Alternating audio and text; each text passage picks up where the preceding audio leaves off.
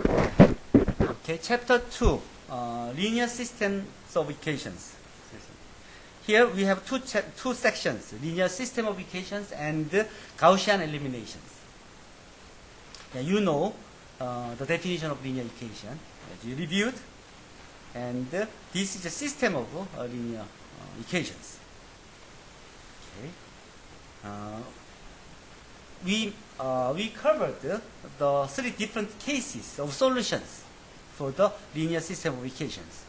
First, the first case is it has unique solution. The second case is it has infinite many solutions. Third case it has no solutions.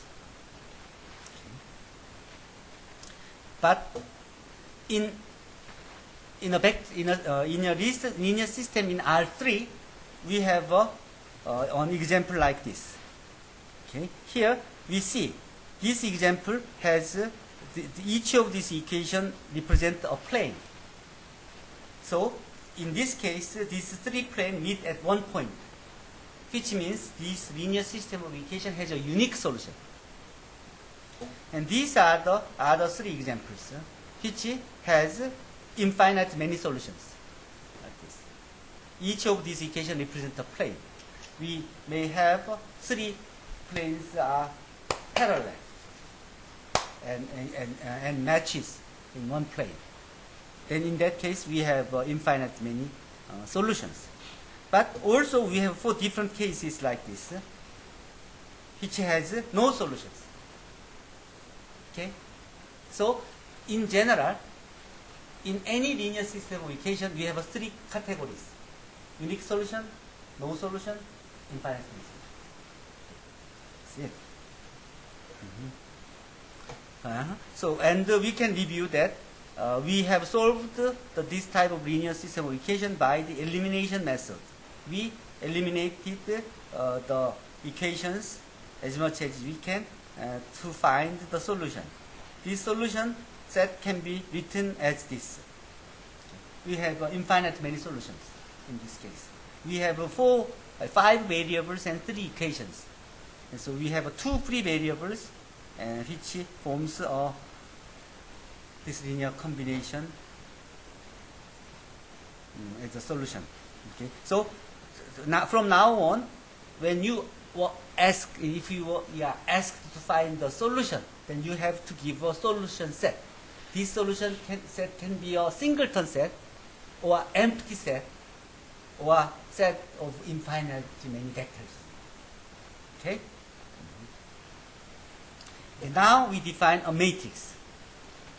We call an array consisting of real or complex numbers is called a matrix, and each of these terms are called the entry, and this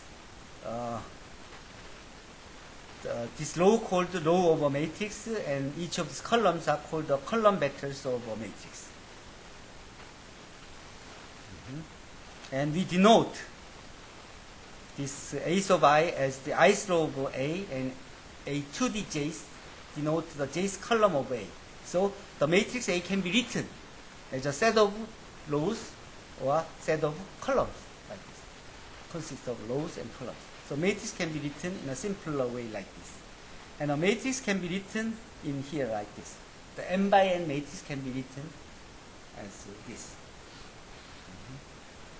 Okay, so this linear system of equation can be written in the matrix form like this: AX equal B, by using the terms of matrices and vectors. And from this system of linear equations, we can define a coefficient matrix with the entries of Aij's and Bi's. And we call it is a augment matrix of the equation in the system of equations. So we define some terminologies, and we know how to solve this equation. Okay. And we can write this system of linear equation in terms of matrix, and also we can find the augment matrix.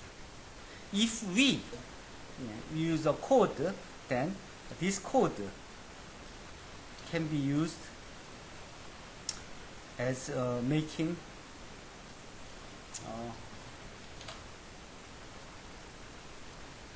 here. Suppose we have a matrix and vectors, then augmented matrix can be made in this way. This is the augmented matrix out of this. If we have a different system of equations, then we can change the code or size of the matrix, then we have a different coefficient matrix. Okay? And then Gaussian elimination, so that's what you're supposed to do now. And second section deals with Gaussian elimination and Gauss-Jordan elimination. All of these lectures in detail can be found in these web addresses. Here, I define these three type elementary row operations. First, second, and third type elementary row operations. Rotate, exchange the rows, and find the scalar multiple of rows, or multiply a scalar to a row and add it to the another row to replace that row Rj. We call these are the first, second, and third type of elementary row operations. And if we review what we have solved, how we solved this linear system of equation, then we can make each of these linear system of equation in terms of matrix. As you see, this solution can be also found with these operations as well. That's the whole idea of Gauss. And Gauss summarized this method as a Gaussian elimination. If you simplify this, like what you see here, then you can easily see one G is equal to 3, so G is equal to 3. So replace G here, then you will have the value of Y. Now you have a value of Y and G to get the value of X. So eventually you solved X, you found X, Y, and G like this. So you don't have to go through all this, and if you can do it the same thing in a matrix form by using the third type, the three types of elementary operations like Gauss did. Okay, so with those three types of elementary row operation, we can find the low echelon form that satisfies these three conditions, or reduced low echelon form that satisfies these four conditions. And this RREF concept was made with the Gauss, Jordan, in addition to the contribution of Gauss. So by finding this RREF is called the Gauss-Jordan elimination process. Okay. And so this is an example of REF and RREF. Okay.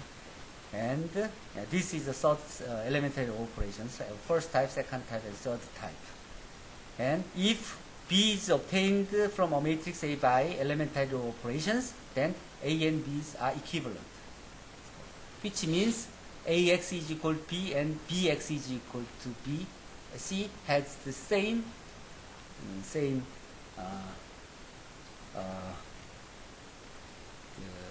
solutions. So this REF form or RREF form can be used to find the solution. Okay, so do the elementary operation like you see here, and do finding the pivoting entry, and do the third type elementary operations to simplify the first column, and then next the second column and third column. Then you have this from here. So you found the elementary operation. You found the REF of this, and then you can go further to have the RREF of this. Actually, this I made all the code here. Then you can check how it works. And so and also this work can be done in this way. And here, if you define a matrix A and give a command that find the RREF of A, then you will have RREF of this matrix. If you have a different linear system of equation, then you will have a different RREF or RREF of if you change the size of, this is 3 by 5 matrix, if you change it as 3 by 7 or 7 by 9, all you have to do is just fill out those entries, then you can find the same RREF of the large size matrix as well. Okay? So do it like you have the same number. So if you can do that, if you have a linear system of equation like this, then make an augmented matrix like this. Then find the RREF. Then corresponding matrix, the corresponding matrix like this, so you can easily find the solution for any size. Even though it's very looks complicated, then you can handle it if you to follow the rules, and or if you use the code which was developed. Okay, and so here is the command for this example. If you make a what matrix and the vector B, then make an augment matrix and find the RREF of that augment matrix, which is this. This can be easily obtained like this. Here, matrix and vector and augment matrix and RREF of it. What this means is this. So this matrix form represents this linear system of equation. Okay.